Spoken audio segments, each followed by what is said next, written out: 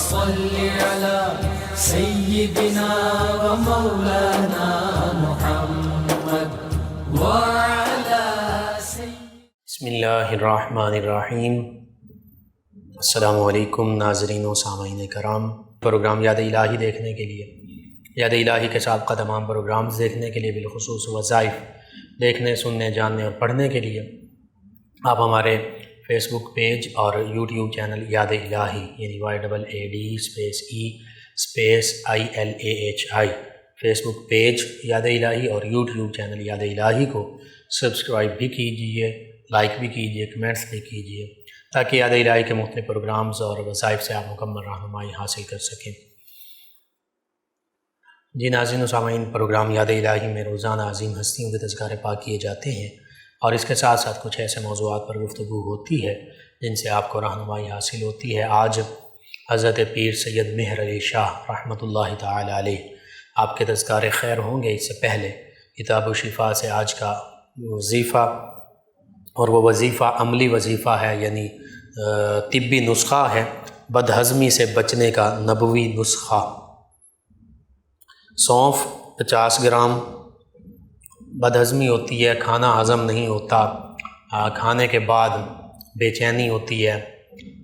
Weakness, کمزوری محسوس ہوتی ہے، تو اس حوالے سے ایک طبی نسخہ ہے۔ سونف، یہ 5 چیزیں ہیں، 50 گرام لینی ہیں۔ آپ اس کو توجہ سے سماعت فرما لیں۔ سونف بھی 50 گرام، سونٹھ جو ہیں یہ بھی 50 گرام، خشک پودینہ بھی 50 گرام، سفید زیرہ بھی 50 گرام، اور جو کھارا یہ بھی 50 گرام۔ یہ 5 چیزیں 50 گرام لے کر ان چیزوں کو گرینڈ کریں، پیسیں، اور پیس کر آدھا چمچ کھانے کے بعد نیم گرم پانی کے ساتھ استعمال کریں۔ انشاءاللہ آپ کو کبھی بھی بدہضمی نہیں ہوگی۔ سونف، سونٹھ، خشک پودینہ، سفید زیرہ اور جوا کھارا، یہ 5 چیزیں ہیں۔ ان 5 کو 50 گرام لے لینا ہے۔ یہ 250 گرام ٹوٹل بن جائیں گی، یعنی 1 پاؤ، اور ان کو گرینڈ کر کے مکس کر لینا ہے، اور آدھا چمچ جو ہے نیم گرم پانی کے ساتھ ہر کھانے کے بعد استعمال کریں۔ انشاءاللہ کبھی بھی آپ کو بدہضمی نہیں ہوگی۔ تو یہ طبی نسخہ آپ کو ضرورت ہے، ضرور اپنے معمول میں شامل کیجئے، ضرور اس کو آزمائیے، اور اسی طرح اپنے اعزاء، اقرباء، رشتہ دار، دوست، احباب، پڑوسی، محلہ دار، امت مسلمہ تک پہنچائیے۔ میرے آپ کے ہمارے بتانے سے اگر کسی بھی ہمارے مسلمان بھائی، مسلمان بہن، کسی مسلمان فرد کا فائدہ ہوتا ہے، انشاءاللہ یہ ہمارے لیے دین و دنیا آخرت میں بھلائی، فائدہ، نجات اور شفا کا باعث ہوگا۔ اللہ سبحانہ و تعالی ہمیں آسانیاں عطا فرمائے، آسانیاں بانٹنے والا بنائے، مشکلات سے ہماری حفاظت فرمائے، آمین۔ جی ناظرین سامعین، حضرت پیر سید مہر علی شاہ گولڑوی، قادری، چشتی، نظامی، صابری، گیلانی رضی اللہ تعالی عنہ ورحمہ اللہ، آپ کا اسم گرامی جیسے کہ میں نے بیان کر دیا، مہر علی، یہ آپ کا نامی اسم گرامی ہے، اور آپ کے والد گرامی جو ہیں وہ بھی عالم دین بھی تھے، قرآن و سنت، فقہ کے ماہر عالم، جاننے والے، اور اس کے ساتھ ساتھ معرفت خدا رکھنے والے بھی تھے، یعنی اللہ کے ولی بھی تھے۔ ان کا نامی اسم گرامی پیر سید نظر الدین شاہ رحمہ اللہ تھا۔ تو انہی کے ہاں 1 رمضان المبارک 1275 ہجری بمطابق 1859 عیسوی، تقریباً آج سے پونے 200 سال پہلے، 150 سال پہلے 1859 عیسوی میں پیر کے دن گولڑا شریف ضلع راولپنڈی، اور جو آج اسلام آباد کے علاقے میں شامل ہے، اس میں آپ کی ولادت باسعادت ہوئی 1 رمضان المبارک کو۔ آپ کا سلسلہ نسب جو ہے یہ 25 پشتوں کے بعد 25 واسطوں سے حضور غوث اعظم رضی اللہ تعالی عنہ سے متصل ہوتا ہے، یعنی آپ قادری بھی ہیں، گیلانی بھی ہیں، غوث اعظم رضی اللہ عنہ کی اولاد میں سے ہیں، اور پھر مزید 11 واسطے، مزید 11 پشتیں اور شامل کی جائیں تو 36 واسطوں سے، 36 سلسلوں سے، 36 پشتوں سے ہوتا ہوا آپ کا سلسلہ نسب جو ہے سیدنا امام حسن رضی اللہ تعالی عنہ سے متصل ہوتا ہے، مل جاتا ہے، پہنچ جاتا ہے۔ یوں آپ حسنی سادات میں سے ہیں، گیلانی سادات میں سے ہیں، اور اگر حضور غوث اعظم رضی اللہ عنہ کے والدہ ماجدہ کا ذکر کیا جائے تو پھر حسینی سادات کے میں سے بھی آپ ہوئے اور فیوز و برکات بھی آپ کو حاصل ہوئے۔ بہرحال 1 رمضان المبارک جیسے حضور غوث اعظم رضی اللہ عنہ کی ولادت باسعادت 1 رمضان المبارک ہے تو اسی کا فیضان آپ کو بھی حاصل ہوا، اور آپ کی جو ولادت باسعادت ہے وہ 1 رمضان المبارک 1275 ہجری عیسوی سن کے مطابق 1859، یعنی جنگ آزادی جو ہندوستان کی جنگ آزادی ہے اس کے 2 سال بعد آپ کی ولادت باسعادت ہوئی۔ آپ کے والد گرامی کو جب آپ کی ولادت باسعادت کی خوشخبری دی گئی تو انہوں نے بہت زیادہ خوشی کا اظہار کیا، حتیٰ کہ آپ کے والدین اور بالخصوص آپ کے ماموں جان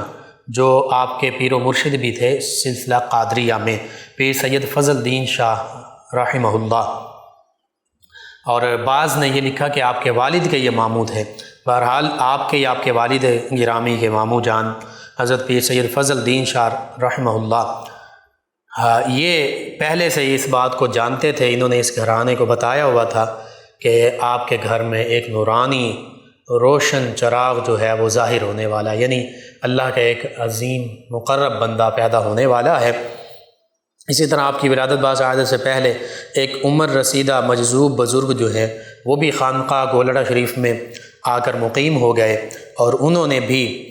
آ کر یہ خوشخبری بھی دی کہ اللہ کا ایک نیک بندہ، ایک مقرب بندہ پیدا ہونے والا ہے، اور یہیں مقیم ہو گئے اس وجہ سے کہ جب عنقریب اس مقبول خدا کی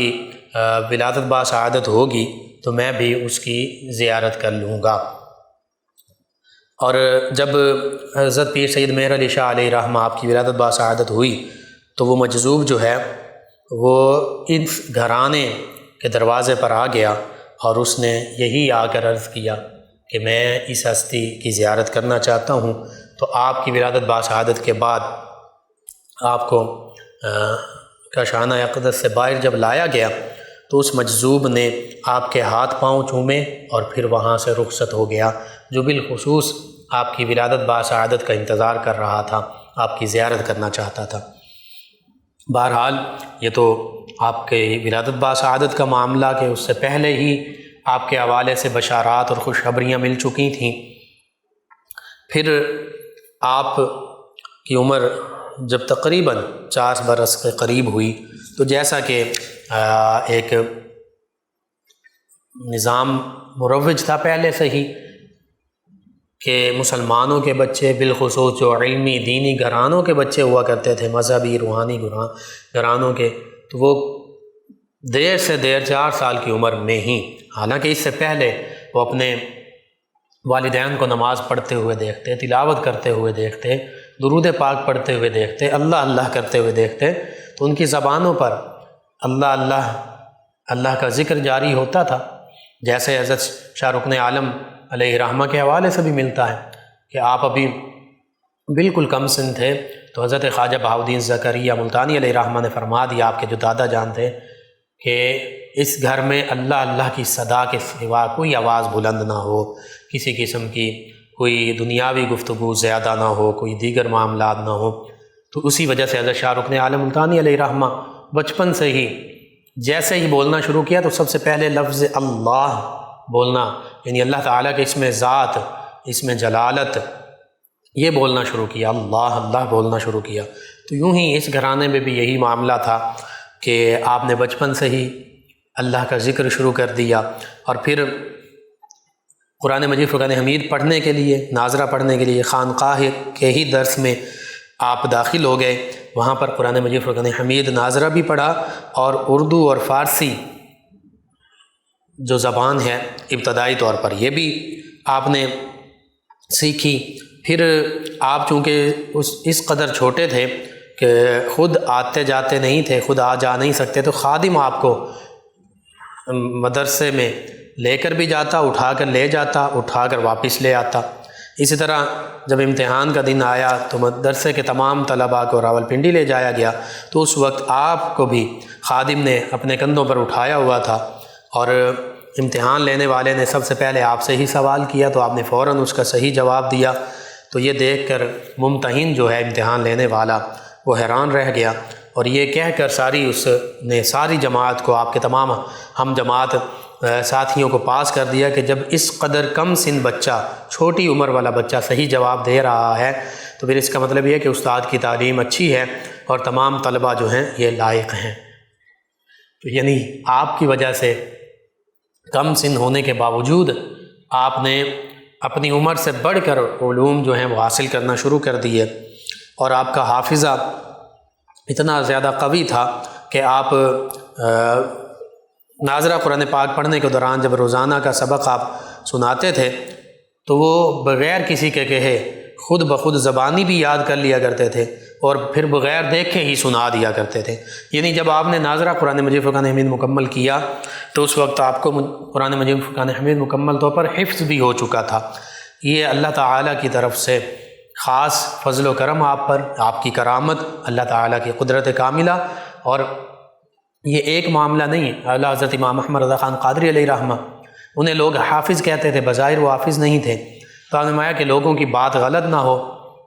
تو رمضان المبارک میں اذان اور نماز کے دوران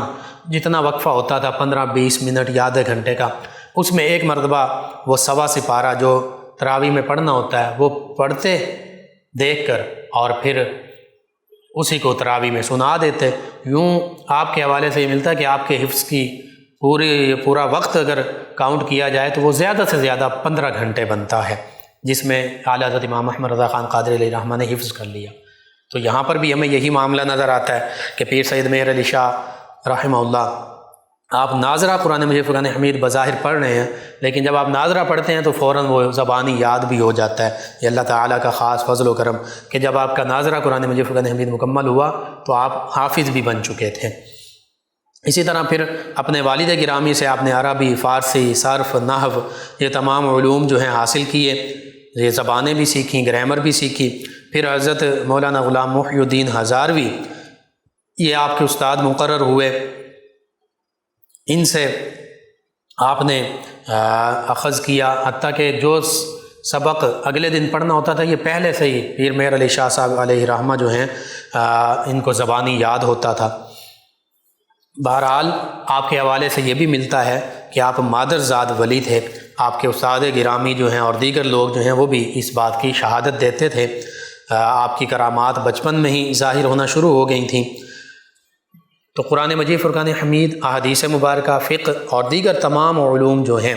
آپ نے یہ اخذ کیے۔ آپ کے اساتذہ کا ذکر کیا جائے تو مولانا غلام محی الدین ہزاروی علیہ رحمہ، مولانا محمد شفیع قریشی علیہ رحمہ، اسی طرح مولانا لطف اللہ علی گڑھی علیہ رحمہ جو اس وقت استاذ الکل کہلاتے تھے، یہ مشہور اساتذہ ہیں۔ ان سے آپ نے نحو میں کافیہ، اسی طرح اصول فقہ، اصول حدیث، اصول تفسیر، یہ علوم بھی اخذ کیے۔ منطق، اور منطق میں پھر قطبی، یہ منطق کی کتاب ہے۔ اسی طرح معقولیات کے علم جو ہیں وہ اخذ کیے، ریاضی کا علم سیکھا، دیگر مختلف علوم و فنون ان کی کتابیں پڑھیں۔ اور پھر وادی سکون کیسر ضلع خوشاب میں خواجہ شمس الدین سیالوی علیہ رحمہ کے مرید خاص مولانا سلطان محمود سیالوی علیہ رحمہ سے باقی کتب جو ہیں وہ پڑھیں۔ پھر سلسلہ قادریہ میں آپ اپنے ماموں حضرت سید فضل الدین شاہ علیہ رحمہ ان سے بیعت بھی تھے، خلافت بھی تھی، فیض بھی آپ کو حاصل تھا، فیض و برکات بھی حاصل تھے۔ لیکن پھر سلسلہ چشتیہ نظامیہ میں حضرت خواجہ شمس الدین سیالوی علیہ رحمہ کے دستے مبارکہ پر بیعت ہوئے۔ آپ کے ماموں جان نے آپ کو یہ فرمایا ہوا تھا کہ بیٹا تمہیں جہاں سے فیض حاصل ہو وہاں بیعت ہو جانا، اجازت دی ہوئی تھی۔ تو حضرت پیر سید مہر علی شاہ علیہ رحمہ انہوں نے جب حضرت خواجہ شمس الدین سیالوی علیہ رحمہ سے ان کی ملاقات ہوئی، ان کی زیارت کی، تو وہاں آپ کو فیض و برکات آپ نے دیکھے، اپنا فائدہ دیکھا، روحانی فائدہ، تو حضرت خواجہ شمس الدین سیالوی علیہ رحمہ کے بیعت ہو گئے۔ جب اپنے ماموں جان سے سید پیر سید فضل الدین شاہ علیہ رحمہ ان سے ملاقات ہوئی تو انہوں نے پوچھا کہ نڈیا کدھر گیا، یعنی بیٹا کہاں گئے تھے، پوٹھواری زبان میں انہوں نے پوچھا، تو آپ نے کہا کہ ماں جٹ دا بننا ساوا ڈٹھا، یعنی میں نے پیر خواجہ شمس الدین سیالوی علیہ رحمہ جو جٹ ہیں ان کے پاس فیض دیکھا، تو میں ان کی بیعت ہو گیا۔ بہرحال حضرت خواجہ شمس الدین سیالوی علیہ رحمہ کے کبار جو خلفاء اعظام ہیں، جو بڑے خلفاء ہیں، اور جن سے خود حضرت خواجہ شمس الدین سیالوی علیہ رحمہ آپ سب سے محبت فرماتے تھے، لیکن جن سے بہت زیادہ محبت بالخصوص سعادات ہونے کے حوالے سے، سید ہونے کے حوالے سے بھی ان سے بڑی محبت تھی، تو خواجہ شمس الدین سیالوی علیہ رحمہ کے بڑے خلفاء میں حضرت پیر مہر علی شاہ علیہ رحمہ آپ کا شمار ہوتا ہے۔ انہوں نے آپ کو خلافت اور اجازت سے نوازا۔ اسی طرح اس کے علاوہ حضرت خواجہ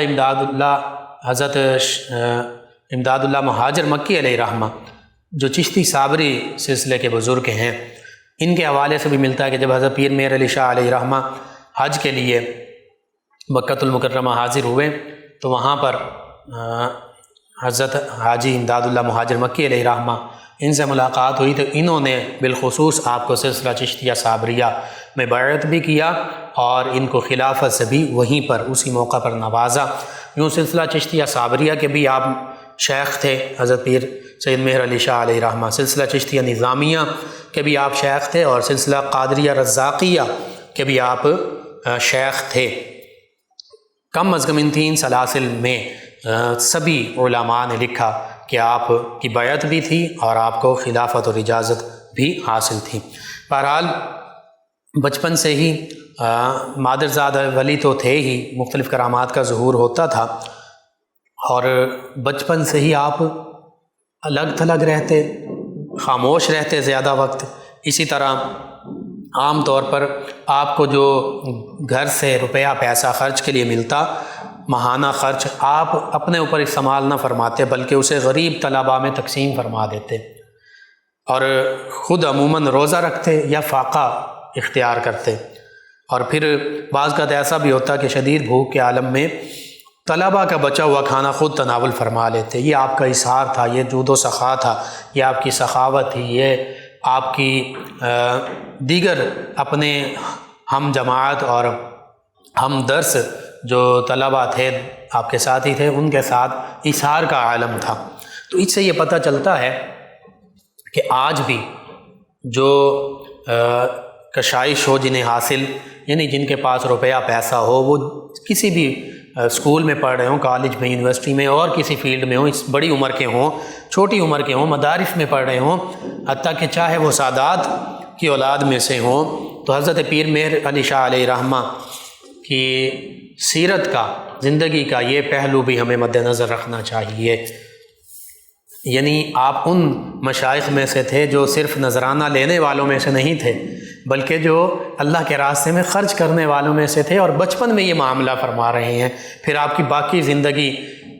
اس میں کیسے آپ جود و سخا فرماتے ہوں گے، کیسے ایثار فرماتے ہوں گے، اسی ایک واقعے سے ہم قیاس کر سکتے ہیں، سمجھ سکتے ہیں۔ پھر اللہ تعالیٰ کی بارگاہ میں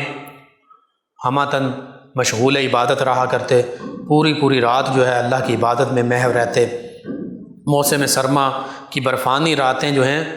وہ جب پڑھائی کے دن ہوتے تو پڑھائی میں بھی صرف ایک کمبل میں گزار دیتے اور اپنی پڑھائی کر رہے ہوتے، یا عشاء، بعض اوقات عشاء کے وضو سے فجر کی نماز ادا فرماتے، یعنی پوری رات عبادت میں مصروف رہتے، اللہ تعالیٰ کی بارگاہ میں سجدہ ریز رہتے، قیام میں حاضر رہتے، رکوع و سجود میں اللہ کی بارگاہ میں حاضر رہتے۔ بہرحال اسی طرح آپ کا یہ معاملہ تھا کہ لوگوں کے ساتھ معاملات جو ہیں وہ بھی بڑے احسن انداز کے ساتھ پورے کیا کرتے، حقوق العباد کا مکمل خیال رکھا کرتے۔ اسی طرح جانوروں کے حوالے سے ملتا ہے کہ آپ لوگوں کو بھی منع فرماتے کہ جانوروں پر ظلم نہ کرو۔ جو پالتو جانور ہیں، بعض اوقات سواری کے لیے ہوتے ہیں جانور، گدھا گھوڑا وغیرہ ان کو پورا چارہ کھلایا جائے، بے جا ان کو مارا پیٹا نہ جائے۔ تو بہرحال اس حوالے سے بھی کہیں آپ کے واقعات ہمیں ملتے ہیں۔ علم دین سے محبت اور دینی مدارس سے محبت یہ آپ کا خاصہ تھا کہ آپ خود عالم دین بھی بنے، اور پھر آپ کے عہد مبارکہ میں آپ کے خانقاہ گولڑا شریف کا جو درس تھا، جو مدرسہ تھا، وہ بہت کمال کی بلندیوں پر تھا۔ بہت بڑے بڑے علماء، جید مدرسین جو تھے، اپنے دور کے قابل ترین مدرسین یہاں گولڑا شریف میں قرآن و سنت، حدیث، فقہ اور دیگر علوم کا درس دیا کرتے تھے۔ خود بھی آپ شریعت کے بہت زیادہ پابند تھے، لوگوں کو بھی شریعت کی پابندی کا درس دیا کرتے تھے، اور پھر کلمہ طیبہ کا ورد آپ کیا کرتے، لوگوں کو بھی اسی کا ورد کرنے کا آپ حکم دیا کرتے، درود پاک کثرت سے پڑھتے، اسی طرح آیت الکرسی، دیگر اوراد و وظائف جو مشائخ چشتیہ میں معمول ہے، مشائخ قادریہ میں معمول ہے، اس کو آپ نے اپنا معمول بنایا ہوا تھا، اس میں کسی قسم کی کبھی بھی کمی بیشی نہیں کرتے تھے۔ اسباق بھی پڑھاتے تھے، یعنی تدریس بھی کرتے تھے، اس کے ساتھ ساتھ مثنوی شریف کا درس دیتے، فتوحات مکیہ اور فصوص الحکم کا درس دیا کرتے، بخاری شریف کا درس دیتے، اسی طرح دیگر جو درس نظامی کی کتب ہیں وہ بھی طلباء کو پڑھایا کرتے۔ تو اتنی زیادہ مصروفیات کے باوجود آپ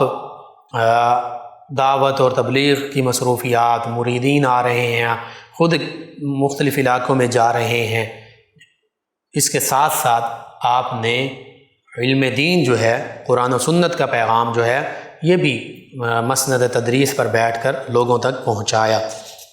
آپ کی دعا سے ایک موقع پر ایسا معاملہ ہوا کہ بارش نہیں ہو رہی تھی، آپ نے دعا کی، بارش ہوئی۔ اسی طرح دنیا سے آپ بے رغبتی اختیار کیے ہوئے تھے، اور لنگر کا انتظام آپ بالخصوص خود اس کی نگرانی کرتے، جو لوگ مہمان آتے، جو مسافر ٹھہرتے آ کر درگاہ گولڑا شریف میں، تو خود اس کی نگرانی بھی کرتے اور لوگوں کو یہ ترغیب دیتے کہ جو بھی مہمان آئے، جو مسافر آئے، اس کے کھانے پینے کا، رہائش کا اچھے سے اچھا انتظام کیا جائے۔ یہ تو آپ کی زندگی کے مختلف نمایاں پہلو مختصراً جو میں نے بیان کر دیے۔ اگر آپ کے ان واقعات کو تفصیل سے بیان کیا جائے تو کئی گھنٹے ہمیں درکار ہیں۔ بہرحال سب سے بڑا جو آپ کا کارہائے نمایاں، ایک تو آپ کو نبی کریم صلی اللہ علیہ وآلہ وسلم کی اولاد پاک میں سے ہیں، تو جب آپ مدینہ طیبہ مکہ المکرمہ سے جا رہے تھے تو وادی حمراء میں نبی کریم صلی اللہ علیہ وآلہ وسلم کی زیارت سے مشرف ہوئے، اور پھر آقا کریم صلی اللہ علیہ وآلہ وسلم کے رخ زیبا کے جلوے جب دیکھے تو پھر آپ نے وہ نعت بھی لکھی تھی، اج سکھ متراں دی ودھیری ہے، کیوں دلڑی اداس گھنیری ہے، اور آخر میں نبی کریم صلی اللہ علیہ وآلہ وسلم کے حسن و جمال کے مکھ چند بدر شاشانی ہے، متھے چمکے لاٹ نورانی ہے، نبی کریم صلی اللہ علیہ وآلہ وسلم کے نورانی حسن و جمال، چہرہ مبارکہ کا ذکر کیا، پھر ما اجملہ کا، ما احسنہ کا، ما اکملہ کا یہ ذکر کیا کہ آپ اتنے خوبصورت ہیں، اتنے حسین و جمیل ہیں کہ اس کا تصور بھی نہیں کیا جا سکتا، لفظوں میں کما حقہ بیان بھی نہیں کیا جا سکتا۔ نبی کریم صلی اللہ علیہ وآلہ وسلم نے یوں زیارت سے نوازا۔ پھر بالخصوص فتنہ قادیانیت کا آپ نے قلع قمع کیا۔ قادیانی مرزا غلام قادیانی نے جب یہ دعویٰ کیا اور چیلنج دیا کہ عربی تفسیر میرے ساتھ لکھی جائے، عربی تفسیر کا مقابلہ کیا جائے، تو آپ نے اس موقع پر فرمایا کہ تم تو اپنے ہاتھ سے لکھو گے عربی تفسیر، میں اپنے قلم کو حکم دوں گا، میرا قلم جو ہے یہ خود بخود عربی تفسیر لکھے گا قرآن مجید فرقان حمید کی۔ مرزا قادیانی اس سے بھی بھاگ گیا۔ پھر آپ نے یہاں تک مرزا قادیانی نے جب یہ چیلنج دیا کہ میرے ساتھ آ کر کوئی کرامتوں کا اظہار کرے، تو آپ نے فرمایا ٹھیک ہے، وہ جھوٹی نبوت کا دعویٰ کرتا تھا، تو آپ نے اسے فرمایا کہ کسی مردے کو لایا جائے، اور اگر تم سچے نبی ہو تو تم اس کے لیے دعا کرو وہ زندہ ہو جائے۔ میں اپنے بارے میں فرمایا کہ میں تو اللہ کے نبی صلی اللہ علیہ وآلہ وسلم، آخری نبی آخری رسول صلی اللہ علیہ وآلہ وسلم کا امتی ہوں، میں نبی نہیں ہوں، ان کا امتی ہوں۔ تو میں بھی دعا کر دیتا ہوں، وہ مردہ زندہ ہو جائے گا۔ مرزا اس سے بھی بھاگ گیا۔ پھر یہاں تک آپ نے فرمایا کہ بادشاہی مسجد کے مینار سے ہم دونوں چھلانگ لگاتے ہیں، جو سچا ہوگا وہ بچ جائے گا، جو جھوٹا ہوگا وہ مر جائے گا، ہلاک ہو جائے گا۔ تو مرزا اس سے بھی بھاگ گیا، اس طرف بھی نہ آیا۔ جو پہلے بڑا چیلنج دے رہا تھا کہ آ جاؤ میرے ساتھ میدان میں مقابلہ کرو، چاہے تفسیر لکھو، چاہے مباہلہ کر لو، مباہلے کے چیلنج دے رہا تھا۔ مباہلہ یہی ہوتا ہے کہ کوئی ایسا معاملہ کیا جائے، دعا کی جائے، یا ایسا معاملہ ہو کہ جس کے ذریعے جو جھوٹا ہے وہ ہلاک ہو جائے، جو سچا ہے وہ بچ جائے۔ تو یہ مباہلہ ہی تھا کہ آ جاؤ بادشاہی مسجد سے کہ مینار سے چھلانگ لگاتے ہیں۔ وہ اس سے بھی بھاگ گیا، حتیٰ کہ پیر مہر علی شاہ صاحب علیہ رحمہ نے جب یہ لاہور میں موجود تھا منٹو پارک میں، تو آپ نے فرمایا کہ اس جھوٹے داعی نبوت کو، جھوٹے دجال کذاب کو میں شیر بن کر اس کو کھا جاؤں گا۔ جب یہ فرمایا تو لوگوں کا مجمع موجود تھا، علماء بھی موجود تھے۔ علماء فرماتے ہیں کہ آپ کا جسم، آپ کے چہرے کی جو ہیئت ہے وہ شیر کی طرح، شیر کے چہرے کی طرح بدلنے لگ پڑی۔ تو ایک عالم دین ساتھ کھڑے تھے، انہوں نے کہا کہ حضور شریعت یعنی شریعت کا پاس۔ تو اسی وقت وہ جو شیر والی حیت تھی وہ بدل گئی۔ بعد میں لوگوں نے آپ سے پوچھا کہ آپ نے اتنے بڑے بڑے دعوے کر دیے کہ میرا قلم جو ہے وہ عربی زبان میں تفسیر لکھے گا، اور میں بادشاہی مسجد سے ہم دونوں چھلانگ لگاتے ہیں، جو سچا ہوگا وہ بچ جائے گا، جو جھوٹا ہوگا وہ مر جائے گا، اور مردے کو زندہ کر دیتے ہیں، میں مردے کو زندہ کر دیتا ہوں، اور پھر شیر کی شکل اختیار کر لی۔ تو یہ آپ نے اتنے بڑے دعوے کیسے کر لی؟ تو فرمایا یہ دعوے میں نے خود سے نہیں کیے تھے، مجھے میرے آقا و مولا صلی اللہ علیہ وآلہ وسلم، اللہ کے آخری نبی، آخری رسول سیدنا محمد مصطفیٰ صلی اللہ علیہ وآلہ وسلم نے حکم دیا تھا، آپ نے اجازت دی تھی، آپ کے حکم پر میں نے یہ دعوے کیے تھے۔ اور پیر سید مہر علی شاہ علیہ رحمہ آپ کا یہ فرمان موجود ہے، آپ فرماتے ہیں کہ جو ختم نبوت کے لیے کام کرتا ہے، نبی کریم صلی اللہ علیہ وآلہ وسلم کی ختم نبوت، ختم رسالت کے لیے جد و جہد کرتا ہے، کوشش کرتا ہے، بڑھ چڑھ کر حصہ لیتا ہے اس کام میں، فرمایا اس کی پشت پر نبی کریم صلی اللہ علیہ وآلہ وسلم کا دست مبارکہ ہوتا ہے، یعنی نبی کریم صلی اللہ علیہ وآلہ وسلم کی مکمل مدد اور تائید اسے حاصل ہوتی ہے۔ اسی طرح آپ نے اس فتنہ قادیانیت، مرزیت کے رد کے لیے قرآن و حدیث کے مطابق چند کتب بھی تحریر فرمائیں، جس میں سیف چشتیائی، شمس الہدایہ، کہ ان کتابوں کا جواب آج تک ذریت قادیانیت نہیں دے سکی۔ اسی طرح تحقیق الحق، الفتوحات الصمدیہ، اعلاء کلمت اللہ فی بیان ما احل بہ لغیر اللہ، اور فتاوی مہریہ، بالخصوص سیف چشتیائی اور شمس الہدایہ، یہ قادیانیت کے رد میں قرآن و حدیث کے حوالے سے مرزا کی زندگی میں یہ کتابیں لکھی گئی، اور مرزا ان کا جواب نہ دے سکا۔ بہرحال حضرت حاجی امداد اللہ مہاجر مکی علیہ رحمہ نے بھی آپ کے بارے میں یہ پیشگوئی کی تھی، اور آپ کو کہا تھا کہ آپ ہندوستان واپس جائیے، اللہ تعالیٰ آپ سے بہت بڑا کام لے گا، اور وہ یہی کام تھا کہ فتنہ قادیانیت کا قلع کما حضرت پیر سید مہر علی شاہ علیہ رحمہ آپ نے فرمایا۔ اور پھر مرزا اپنے حوالے سے یہ کہتا تھا، جس سال میں مرزا فوت ہوا، پاخانے میں، اپنے ہی پاخانے میں اور لیٹرین میں مرا، تو یہ دوسرے لوگوں کو کہا کرتا تھا کہ یہ فلاں فلاں اسی سال مر جائے گا، اور خود اسی سال مر گیا۔ بہرحال اللہ سبحانہ وتعالی نے اسلام کو، نبی رحمت صلی اللہ علیہ وآلہ وسلم کے غلاموں کو فتح و نصرت عطا فرمائی۔ پیر مہر علی شاہ صاحب علیہ رحمہ اس کا ایک بڑا ذریعہ بنے۔ اللہ سبحانہ وتعالی سے دعا ہے اللہ تعالی ہمیں ان نبی کریم صلی اللہ علیہ وآلہ وسلم کی ختم نبوت، ختم رسالت پر ایمان، سچا ایمان، عقیدہ رکھنے کی توفیق عطا فرمائے، اس پر ہمیں ثابت قدم رکھے، اور نبی کریم صلی اللہ علیہ وآلہ وسلم، صحابہ کرام، اہل بیت کرام، سادات کرام اور ان اولیاء کاملین صالحین کے نقش قدم پر چلنے والا ہمیں بنائے، آمین۔ اللہم صلی علی سیدنا و مولانا محمد وعلی سماعت فرما رہے ہیں پروگرام یاد الہی ناظرین سامعین، سرگودا سے ہمیں جوائن کیا محمد شیر صاحب نے، کہتے ہیں لقمان صاحب آپ کو اور آپ کی پوری ٹیم کو، تمام سننے والوں کو سلام۔ جی وعلیکم السلام۔ کہتے ہیں پروگرام بہت اچھا ہے، اور کہتے ہیں کہ پیر سید مہر علی شاہ رحمہ اللہ، ان کے حوالے سے پروگرام کرنے کا شکریہ، بڑی دلی تمنا تھی کہ ان کے بارے میں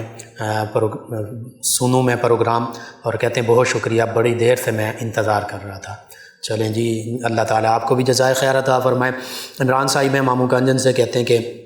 فصل پیداوار اچھی نہیں دیتی، کوئی عمل بتا دیں۔ جی، آپ سورہ یاسین پڑھ کر پانی پر دم کر کے یہ چھڑکاؤ کریں، اللہ تعالیٰ بہتری فرمائے گا۔ اس کے علاوہ بھی اوراد و وظائف آپ پڑھتے رہیں، یا رزاق کو پڑھتے رہیں، درود پاک کی کسا کریں۔ محمد ریاض صاحب ہیں، کہتے ہیں وضو کرنے کے بعد کپڑے تبدیل کر کے نماز پڑھی جا سکتی ہے یا نہیں؟ یہ کہتے ہیں کہ دوبارہ وضو کرنا پڑے گا۔ جی، وضو کرنے کے بعد آپ اگر کپڑے تبدیل کرتے ہیں تو دوبارہ وضو کی ضرورت نہیں ہے۔ کومل صاحبہ ہیں فیصل آباد سے، کہتی ہیں بھائی کیا حال ہے؟ جی الحمدللہ،